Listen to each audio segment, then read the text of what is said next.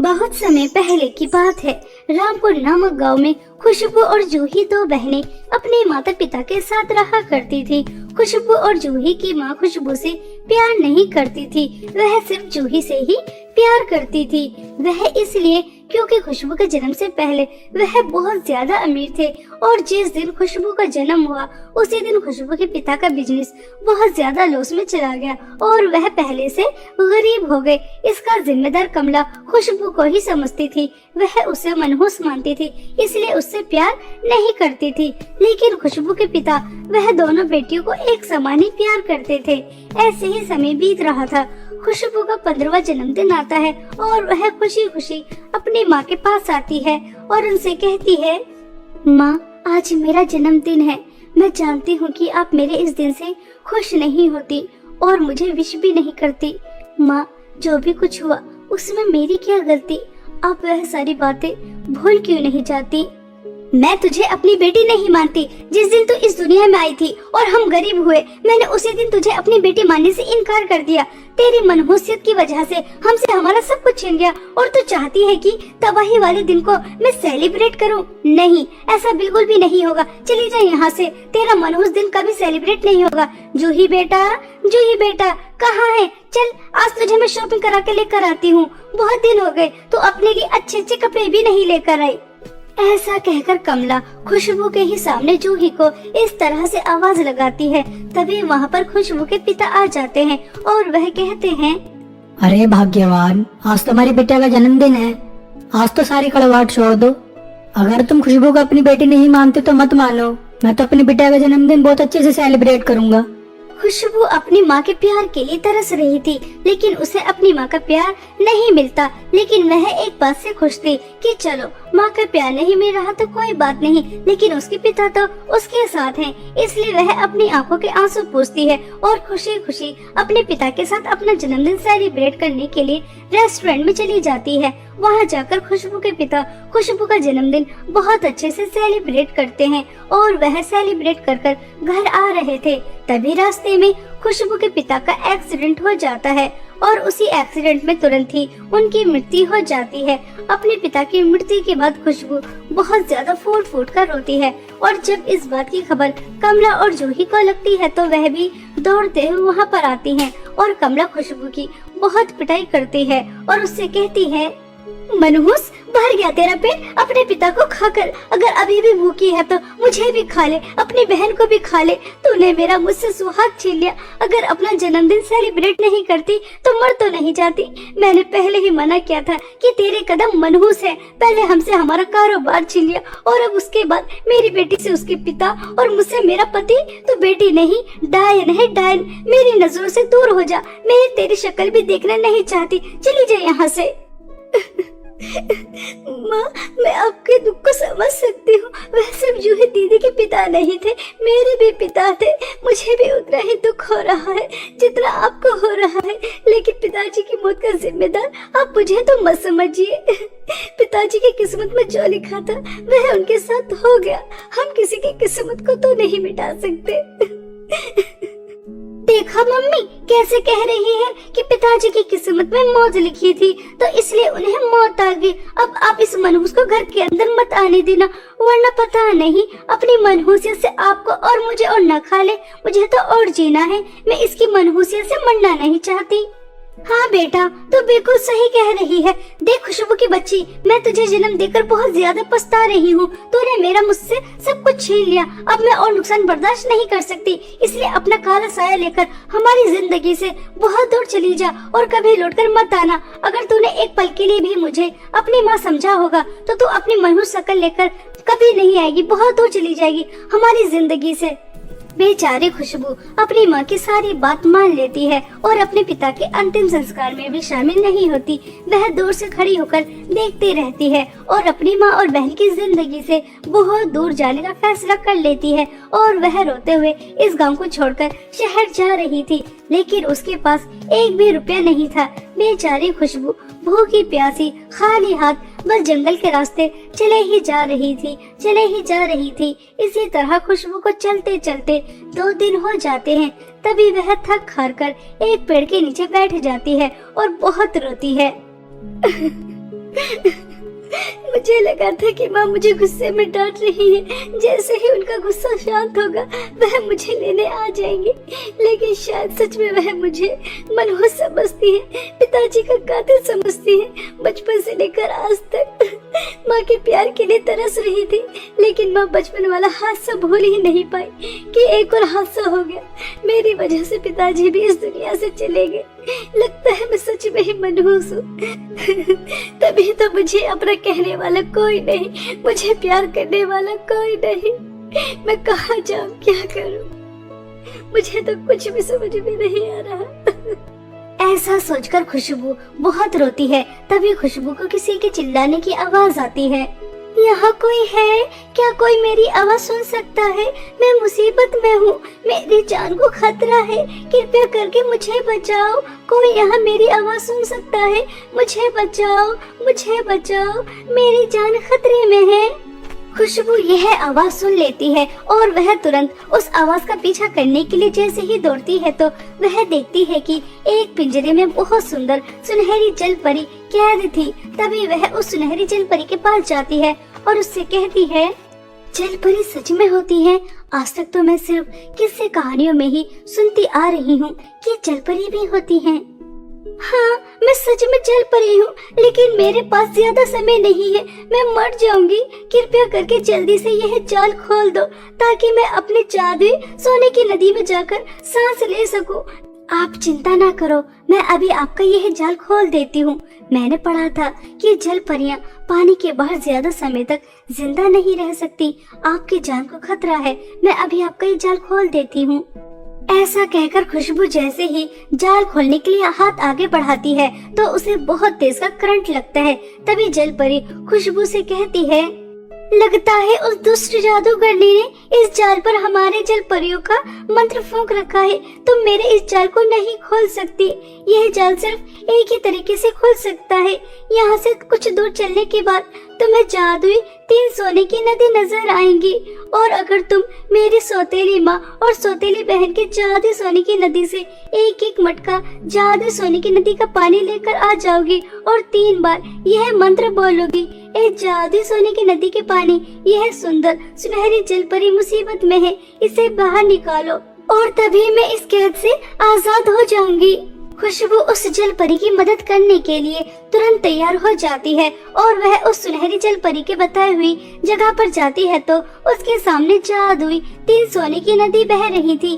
तभी वह सुनहरी जल परी की सौतेली माँ से कहती है, आपकी सौतेली बेटी मुसीबत में है, आप अपनी जादुई सोने की नदी से एक मटका पानी दे दीजिए। मैं उस करमजली की मदद नहीं करूंगी, जा यहाँ से। मैं तुझे अपने जादुई सोने की नदी से एक बूंदी पानी नहीं दूंगी। मरती है तो मेरी बला से मर जाए। मैंने पहले ही मना किया था कि उस जादूगरनी के काम में टांग न अड़ाए, लेकिन उसे तो दूसरों की मदद करने का शौक ही बहुत है ना, तो करे दूसरों की मदद, मर जाए।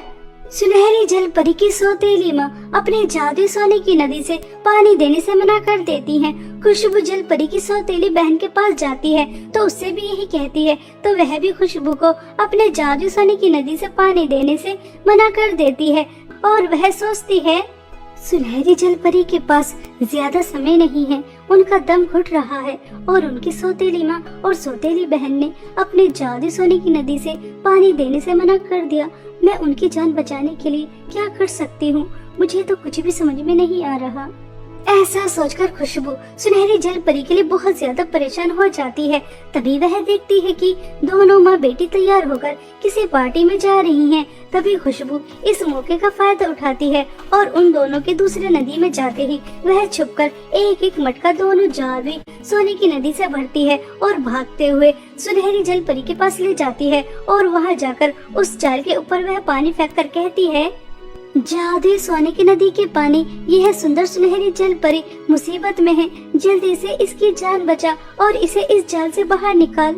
खुशबू के 3 बार ऐसा कहने से वह जाल टूट जाता है और सुनहरी जल परी बाहर आ जाती है। तभी समय रहते खुशबू सुनहरी जल परी को उसकी जादुई सोने की नदी में छोड़ देती है। तभी वह खुशबू से कहती है, खुशबू, तुम बहुत अच्छी हो। कोई अपनों के लिए भी इतना नहीं करता जितना तुमने मेरे लिए किया। तुमने मेरी जान बचाकर मुझ पर बहुत बड़ा एहसान किया है, इसलिए मैं तुम्हें अपनी जादू सोने की नदी से बहुत सारी धन दौलत देती हूँ। इतनी धन दौलत कि कभी तुम्हें किसी चीज की कोई कमी नहीं होगी। जल परी जी, मुझे धन दौलत नहीं चाहिए। मेरी माँ मुझसे प्यार नहीं करती और मेरी बहन भी मुझे मनहूस समझती हैं, इसलिए उन्होंने मुझे घर से बाहर निकाल दिया। मुझे मेरे पिता का कातिल भी समझती हैं। मेरे पास रहने के लिए कोई जगह नहीं है और प्यार करने वाला भी कोई नहीं है। आप मुझे बहुत अच्छी लगी। अगर आपकी अनुमति हो तो क्या मैं आपके साथ रह सकती हूँ? सुनहरी जल परी खुशबू को अपने जादू सोने की नदी में रहने की अनुमति दे देती है और अब खुशबू उसी के साथ रहने लगती है।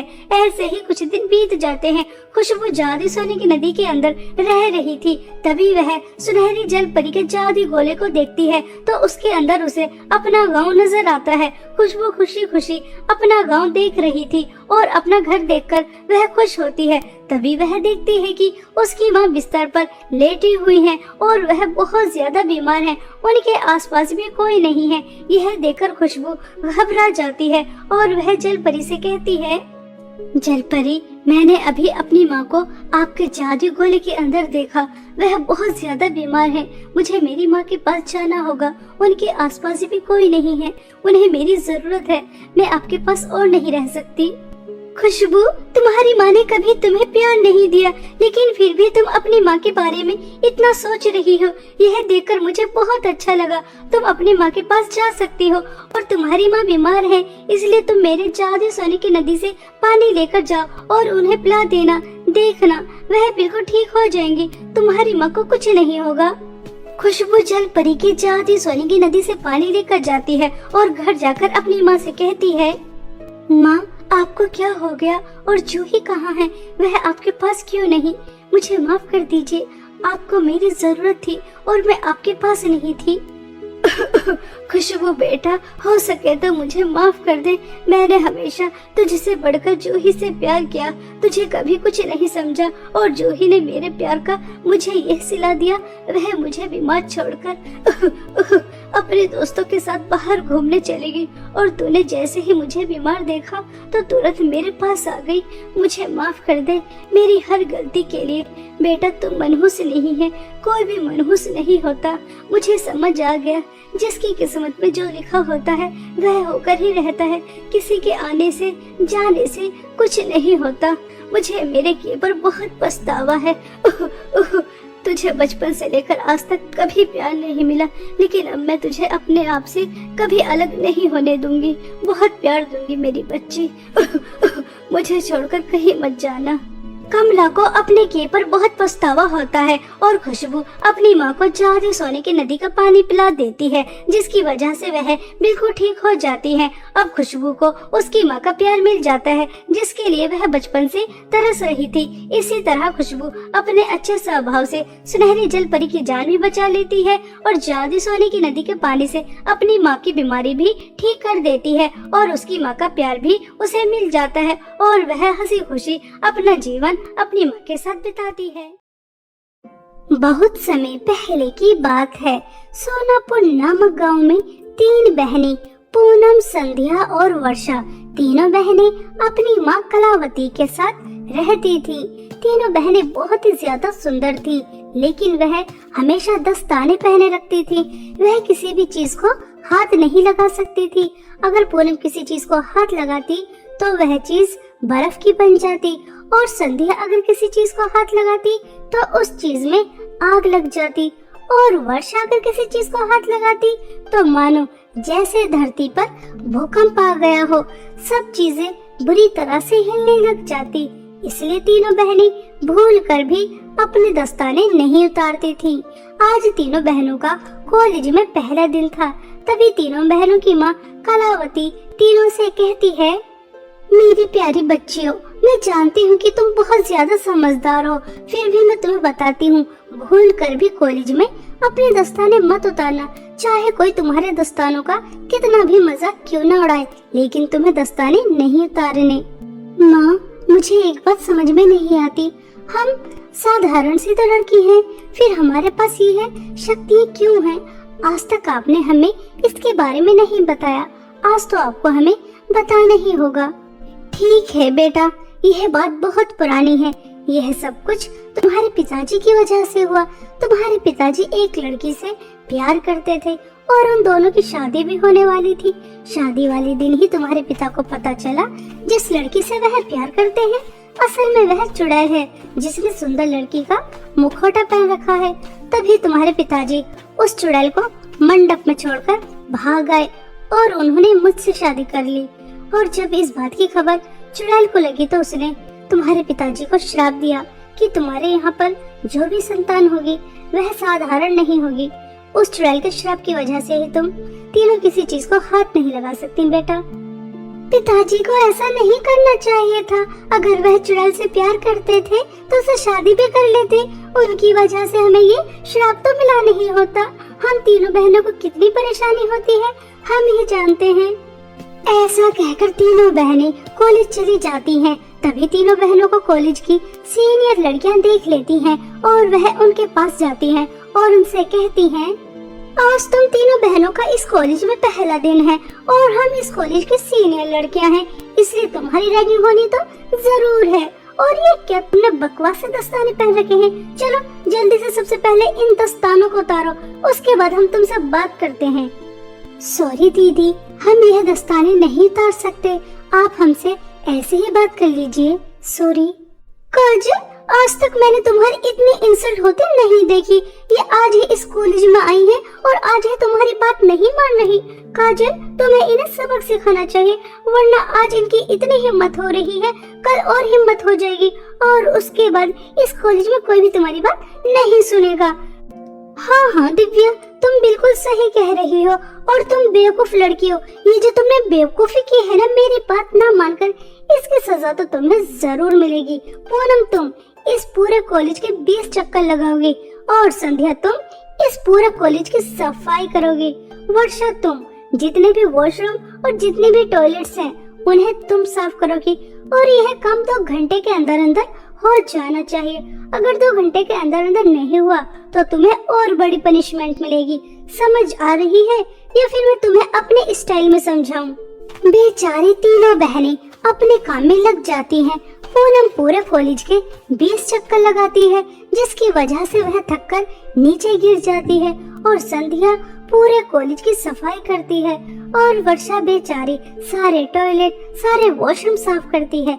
इतना सारा काम करने की वजह से तीनों बहनें बहुत ज्यादा थक जाती हैं और वह अपनी क्लास भी नहीं ले पाती और घर आ जाती हैं। अब रोज ऐसा ही होने लगा था। काजल तीनों बहनों से रोज दस्ताने उतारने के लिए कहती और तीनों बहनें मना कर देती और उसके बाद काजल उन तीनों बहनों को कड़ी से कड़ी सजा देती। एक दिन काजल दिव्या से कहती है, दिव्या, कहीं ना कहीं कुछ ना कुछ तो गड़बड़ है जो हमें दिखाई नहीं दे रही। हम इन तीनों बहनों को बड़ी से बड़ी कठिन से कठिन सजा देते हैं लेकिन ये तीनों बहनें अपने दस्ताने उतारती नहीं है, सजा के लिए तैयार हो जाती हैं। हमें कुछ तो करना होगा जिससे हमें पता चले आखिर इन दस्तानों के पीछे राज क्या है। ऐसा कहकर दोनों एक प्लान बना लेती हैं और दिव्या 3 गिलास के अंदर नशीली दवाई डालकर तीनों बहनों के पास लेकर जाती है और उनसे कहती है, आज तुम्हें बहुत कठिन सजा मिली है। मैं काजल जितनी कठोर नहीं हूँ, इसलिए मैं तुम तीनों के लिए जूस लेकर आई हूँ। तुम तीनों बहन आराम से पी लो, ठीक है? उसके बाद काम कर लेना। बेचारी तीनों बहनों को कहाँ पता था कि उनके साथ क्या होने वाला है। जैसे ही तीनों बहनें वह जूस पीती हैं तो तुरंत तीनों बेहोश हो जाती हैं और उन तीनों के बेहोश होते ही काजल और दिव्या उनके दस्ताने उतार देती हैं। और कुछ समय बाद जब उन्हें होश आता है तो वह देखती हैं कि उनके हाथ में तो दस्ताने ही नहीं है। तभी तीनों बहनें घबरा जाती हैं और संध्या रोते हुए दोनों बहनों से कहती है, दीदी, हमें अपने दस्ताने उतारने ना पड़े, हमारा राज किसी के सामने ना आए, इसलिए कॉलेज में आकर रोज हम काजल और दिव्या का इतना अत्याचार सहते हैं, इतना सारा काम करते हैं, हमारी पढ़ाई भी ठीक तरह से नहीं हो रही और उसके बाद भी हमारे पास हमारे दस्ताने नहीं है। लगता है ये राज अब सबके सामने आ जाएगा कि हम साधारण नहीं है, हमारे पास जादुई शक्तियां हैं और उसके बाद दीदी क्या होगा, हमें इस कॉलेज से निकाल दिया जाएगा जैसा हमेशा से होता आ रहा है। संध्या, तुम रोना बंद करो, अब हम तीनों बहनों को यहाँ से बहुत सावधानी से घर जाना होगा, ध्यान रहे गलती से भी हमें कोई ना देख ले। ऐसा कहकर तीनों बहनें जाने लगती हैं, लेकिन इन तीनों बहनों की बातें काजल और दिव्या सुन लेती हैं और जैसे ही छुपकर तीनों बहनें घर जा रही थीं, तभी काजल और दिव्या पीछे से तीनों बहनों को धक्का दे देती हैं और वह नीचे गिर जाती हैं और वही होता है जो होना नहीं था। पूनम की वजह से जमीन बर्फ की बन जाती है और संध्या की वजह से कॉलेज में आग लग जाती है और वर्षा की वजह से धरती हिलने लग जाती है और इस तरह पूरे कॉलेज को पता चल जाता है कि ये तीनों बहनें कोई साधारण बहनें नहीं हैं। अरे अरे, ये तो हमारे कॉलेज में 3 चुड़ैल बहनें हैं, इन्हें जल्द से जल्द यहाँ से निकालो वरना ये हमें मारकर खा जाएंगी। इस तरह पूरे कॉलेज में हड़कंप मच जाता है और प्रिंसिपल तीनों बहनों को अपने कॉलेज से निकाल देती हैं। तीनों बहनें रोते हुए घर वापस आ जाती हैं और अपनी माँ को सब बताती हैं। तभी कलावती कहती है, बेटा, यह तो तुम्हारे साथ बहुत बुरा हुआ, अब तक हमने 5 गांव छोड़ दिए हैं, जहाँ भी तुम लोगों के बारे में पता चलता है वह हमें धक्के मारकर निकाल देते हैं। कॉलेज से तो तुम्हें निकाल दिया गया है, अब ये गांव वाले भी हमें निकाल देंगे, अब तो कुछ करना ही होगा। ऐसा कब तक चलता रहेगा? मुझे पता चला है काली पहाड़ी के पास एक जादूगरनी रहती है, हमें उसके पास जाना चाहिए, हो सकता है कि वह कोई समाधान ही बता दे। इस तरह कलावती अपनी तीनों बेटियों को जादूगरनी के पास ले जाती है और वहां जाकर जादूगरनी को सब बताती है। तभी वह जादूगरनी कलावती से कहती है, हाँ, इसका समाधान है। मैंने अभी अपने जादुई गोले में देखा है, इन तीनों बहनों को जो श्राप मिला है उससे इन्हें मुक्ति मिल सकती है, लेकिन उससे पहले तेरी इन तीनों बेटियों को ऐसे लड़कों से शादी करनी होगी जिनसे कोई भी लड़की शादी करना कभी पसंद नहीं करेगी। उनसे तेरी बेटियों को शादी करनी होगी और उन्हें सच्चे दिल से अपना पति भी मानना होगा और उनकी सेवा भी करनी होगी, तभी इन्हें श्राप से मुक्ति मिल सकती है। जादूगरनी की बात मानकर कलावती अपनी तीनों बेटियों को जादूगरनी के पास से घर लेकर आ जाती है और ऐसे 3 लड़कों को ढूंढने निकल जाती है जिन्हें देखकर कोई भी लड़की शादी करना नहीं चाहेगी। कलावती ऐसे ही लड़कों की तलाश कर रही थी, तभी कलावती देखती है एक बूढ़ी औरत एक पेड़ के नीचे बैठी रो रही थी। तभी कलावती उसके पास जाती है और उस बूढ़ी औरत से पूछती है कि वह क्यों रो रही है। तभी वह बूढ़ी औरत कलावती से कहती है, मेरी उम्र हो चुकी है, मेरा कुछ पता नहीं मैं कब इस दुनिया को छोड़कर चली जाऊं। मरने से पहले अपने तीनों बेटों की शादी देखना चाहती हूँ, लेकिन मेरे बेटों की शादी होती नहीं है क्योंकि एक अंधा है, एक गूंगा है और एक लंगड़ा है। अब तुम ही बताओ, ऐसे लड़कों से वो लड़की शादी कर सकती है? मैं अपने तीनों बेटियों की शादी आपके तीनों बेटों से कराना चाहती हूँ, अगर आपको कोई आपत्ति ना हो तो। कलावती की यह बात सुनकर वह बूढ़ी औरत बहुत ज्यादा खुश हो जाती है और वह अपने बेटों की शादी तुरंत कलावती की बेटियों से कराने के लिए तैयार हो जाती है और कुछ ही दिनों में बहुत धूमधाम से पूनम, संध्या और वर्षा की शादी उस बूढ़ी औरत के तीनों बेटों से हो जाती है। तीनों बहनें अपने अपने पति की बहुत सेवा करती हैं, उन्हें सच्चे दिल से अपना पति मानती हैं, उनका बहुत ख्याल रखती हैं। लेकिन एक दिन तीनों बहनें बातें कर रही थीं। काश हमारे पति भी ठीक हो जाएं, मेरा पति बोलने लग जाए, तुम्हारा पति चलने लग जाए और वर्षा तुम्हारा पति देखने लग जाए तो कितना अच्छा होगा।